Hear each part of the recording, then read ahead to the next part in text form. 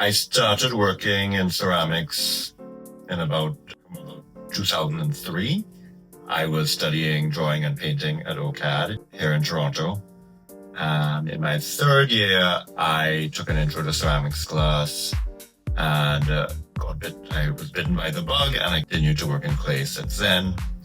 But my work is also heavily informed by my drawing and painting studies. So that's how I got into it.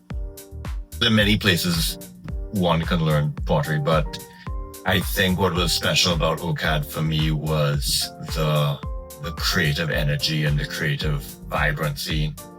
People there were excited about what they were doing, what they were making, and everyone fed off of that energy.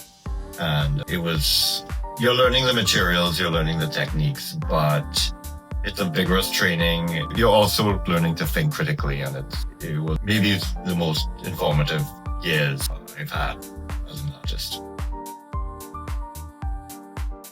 5 years, going on 6 next March. So March of 2020, we got the keys to the property. And a week or two later, the lockdown kicked in. COVID was awful, but a lot of interesting things came out of it.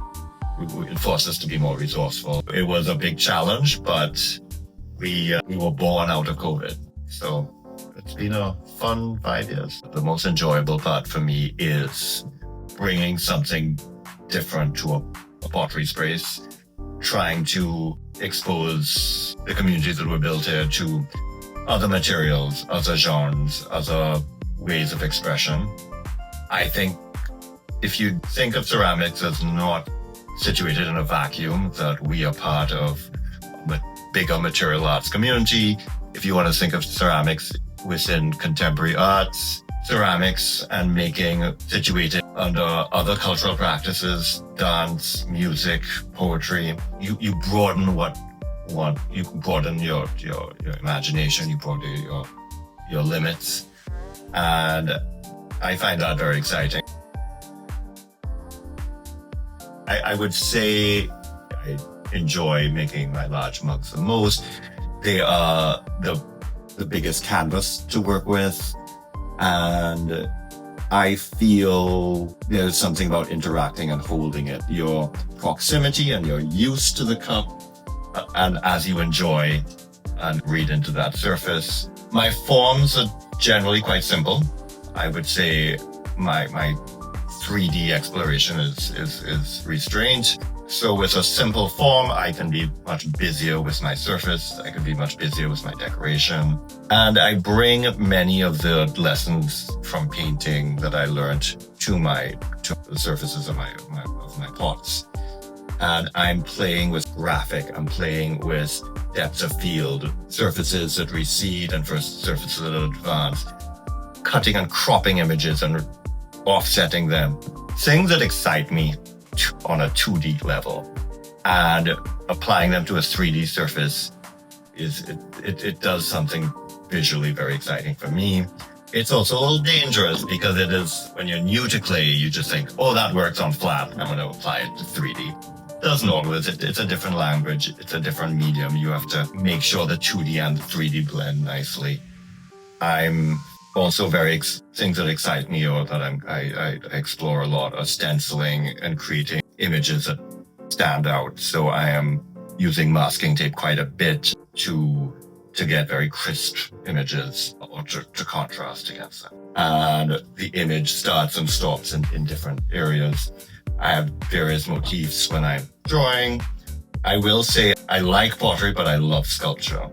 And whereas art is endless, you have restraints with pottery. It has to work on the vessel.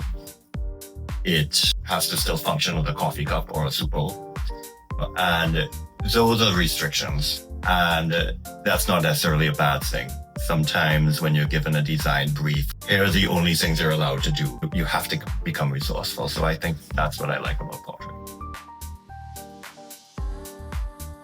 I think my original love was drawing, and I've been using it in ceramics for many years now.